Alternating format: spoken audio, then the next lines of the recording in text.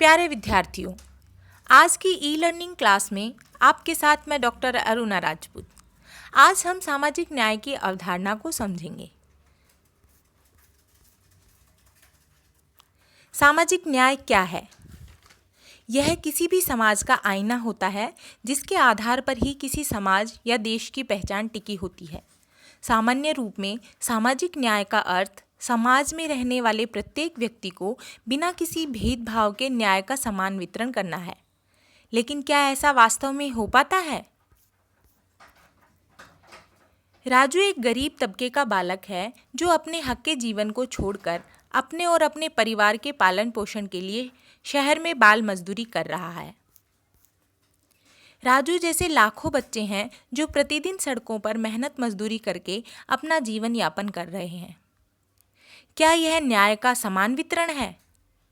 समाज में ऐसी हजारों घटनाएं हैं जो न्याय की यथार्थता से परे हैं, क्योंकि न्याय हमेशा से ही जटिल व विस्तृत क्षेत्र की अवधारणा रहा है, जिसके संबंध में विभिन्न ग्रंथों, विद्वानों व आम लोगों में कभी सहमति नहीं बन पाई। क्योंकि न्याय को मनुष्य के नैतिक सिद्धांतों का पर्याय माना जाता रहा है और नैतिकता के सिद्धांतों का हर परिस्थिति में समान व स्थिर बना रहना असंभव है। अतः कुछ साधन संपन्न लोगों के लिए जो पक्ष अन्याय या अनैतिकता से जुड़ा हो सकता है, वही पक्ष लाचार व्यक्तियों के लिए न्याय या नैतिकता हो सकती है। या कहा जाए, नैतिकता व अनैतिकता की धारणा तत्कालिक परिस्थितियों पर निर्भर करती हैं। जैसे एक असहाय भूखे बालक के द्वारा भोजन के लिए की गई चोरी समाज की दृष्टि में अन्याय हो सकता है, परंतु बालक के लिए यह एक नैतिक कार्य है, क्योंकि इससे वह अपने प्राणों की रक्षा करता है और प्राणों की रक्षा करना न्याय है। अतः नैतिकता और अनैतिकता के भेद से न्याय हमेशा अस्पष्ट रह जाता है। इसीलिए प्रारंभ से ही समाज में न्याय के विभिन्न स्वरूप प्रचलित रहे हैं। भारतीय समाज के संदर्भ में बात करें, भारत में सर्वप्रथम मत्स्य न्याय के रूप में न्याय की स्थापना मानी जाती है। उसके पश्चात राजा का न्याय प्रचलित हुआ और राजाओं के पतन के बाद अंग्रेजी न्याय व्यवस्था लागू हुई और अंत में न्याय का वर्तमान स्वरूप संवैधानिक न्याय व्यवस्था के रूप में हमें प्राप्त हुआ।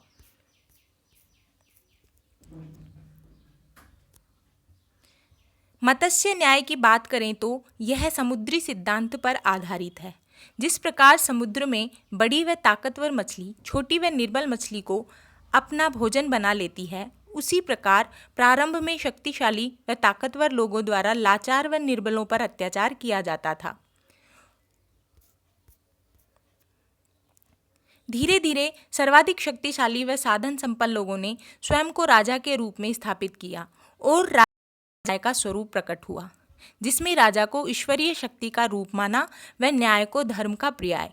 राजा के द्वारा किया गया न्याय सर्वोच्च माना गया, जिसे संपूर्ण जनता को धर्म समझकर मानना अनिवार्य था। सने सने राजतंत्र का पतन हुआ। भारत में अंग्रेजी सत्ता का प्रादुर्भाव हुआ। अंग्रेजों द्वारा अपने लाभ के लिए चलाई गई न्याय व्यवस्था का प्रचलन बढ़ा, जिसमें अंग्रेजों ने अपने स्वार्थ को ही न्याय का नाम दिया और भारतीयों का शोषण किया।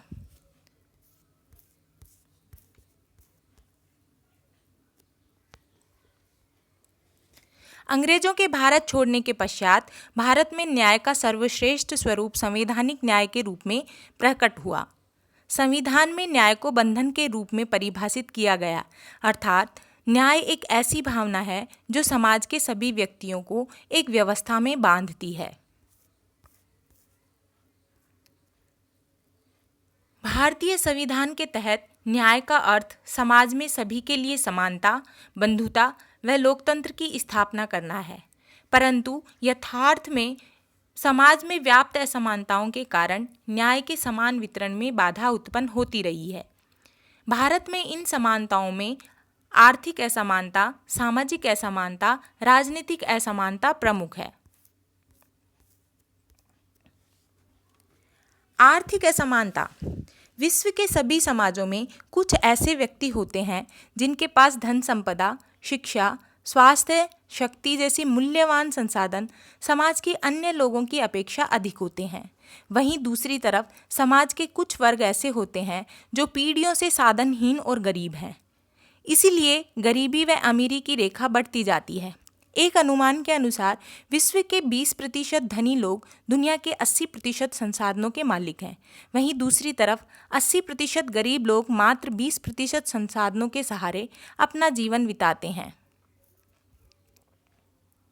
इस स्थिति को उचित व न्यायसंगत मानने वाले इस प्रकार की विचारधारा रखते हैं कि समाज में गरीबी व वंचित लोग इसलिए होते हैं क्योंकि उनमें योग्यता, परिश्रम करने की क्षमता व बुद्धिमानी की कमी होती है।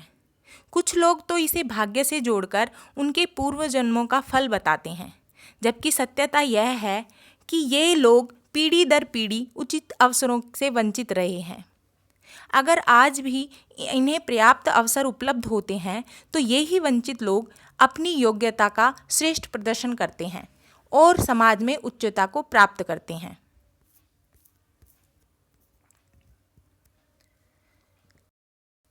असमानता।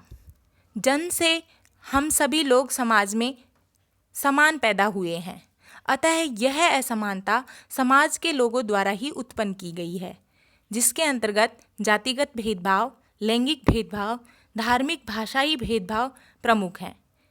इनके बारे में विस्तार से हम आगामी अध्याय में पढ़ेंगे।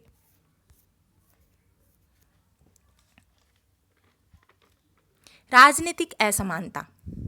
राजनीतिक असमानता के अंतर्गत किसी देश की शासन व्यवस्था के संचालन में समान प्रयासों व अवसर की असमानता रहना आता है। किसी एक ही वर्ग द्वारा राजनीति को व्यवसाय के रूप में उपयोग में लिया जाना और आम जनता को राजनीतिक सहभागिता से वंचित रखना आता है। समाज में ऐसी ही असमानताओं से निजात पाने और लोकतंत्र की स्थापना के लिए ही सामाजिक न्याय की संकल्पना रखी गई है। क्योंकि हर मनुष्य की गरिमा होती है, अतः सभी को अपनी प्रतिभा के विकास और लक्ष्य की पूर्ति के लिए अवसर प्राप्त होना आवश्यक है। न्याय के लिए जरूरी है कि हम सभी व्यक्ति को समुचित और बराबर की अहमियत दें। इसके लिए हमारे संविधान के मूल अधिकारों व नीति निदेशक तत्वों में न्याय के वितरण के सिद्धांतों का वर्णन किया गया है, जिसमें समान लोगों के प्रति समान बर्ताव का सिद्धांत, समानुपातिक न्याय का सिद्धांत, विशेष योग्य जनों का विशेष ख्याल रखने का सिद्धांत प्रमुख है। इनके बारे में विस्तार से हम आगे की कक्षाओं में पढ़ेंगे।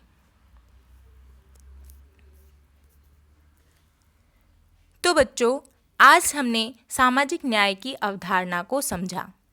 सामाजिक न्याय मानव अधिकारों का मूल है। आशा करती हूँ यह अध्याय आपको समझ में आया होगा। धन्यवाद।